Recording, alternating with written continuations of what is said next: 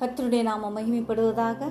இந்த புதிய நாளுக்காய் கர்த்தரை நன்றியோடு ஸ்தோத்திரிக்கிறேன். இந்த புதிய நாளின் தியானத்துக்காய் எடுத்துக்கொண்ட வசனம் யாத்திராகம புஸ்தகம் 33வது அதிகாரம் 17வது வசனம். அப்பொழுது கர்த்தர் மோசேயை நோக்கி, நீ சொன்ன இந்த வார்த்தையின்படியே செய்வேன். என் கண்களில் உனக்கு கிருபை கிடைத்தது. உன்னை பேர் சொல்லி அழைத்து அறிந்திருக்கிறேன் என்றார். கர்த்தர் மோசேயின் வார்த்தையை கனப்படுத்தினார், வேண்டுதலுக்கு செவி கொடுத்தார். நாமும் ஆண்டவரை நோக்கி செய்யும் ஒவ்வொரு வேண்டுதல்களுக்கும் அவர் நிச்சயம் பதிலளிப்பார். ஆண்டவரை விட்டு எப்பொழுதும் பிரியாமல் அவரையே பற்றி கொள்வோம். நாம் கூப்பிடும்போது, உண்மையாக அவரை நோக்கி கூப்பிடும்போது பதிலளிக்கிற தேவனாயிருக்கிறார்.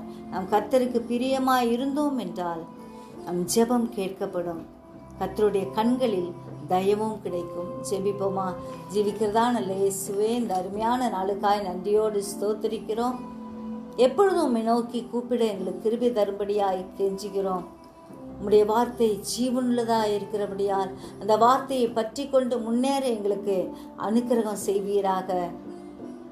ஆண்டவரே, உம்முடைய கண்களில் எங்களுக்கு கிருபை கிடைத்தது என்று ஆண்டவரே நாங்கள் சொல்ல கிருபை தரும்படியாய் கெஞ்சுகிறேன். ஆண்டவரே, நீரே எங்களை ஆசீர்வதிங்க, பாதுகாத்துக்குங்க, வேலி அடிங்க. ஒவ்வொருவருக்கும் வேண்டிய கிருபை அனுதினமும் கட்டளையிடும்படியாய் கெஞ்சுறோம் ஐயா.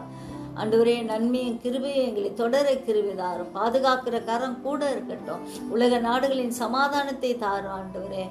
அப்பா, இந்த நாட்களில் நாங்கள் ஆண்டவரே உண்மை நாங்கள் உயர்த்தி துதிக்கும் இந்த வேளைகளில் கர்த்தர் ஒவ்வொருவரையும் ஆசீர்வதியும். என்னுடைய வேண்டுதல் விண்ணப்பங்களை எல்லாம் கேட்டு பதிலளிக்கும்படியாய் கெஞ்சிரும். உடைய கரம் பெரிய காரியங்களை செய்கிறதா இருக்கிறபடியா நன்றியோடு ஸ்தோத்திரிக்கிறோம்.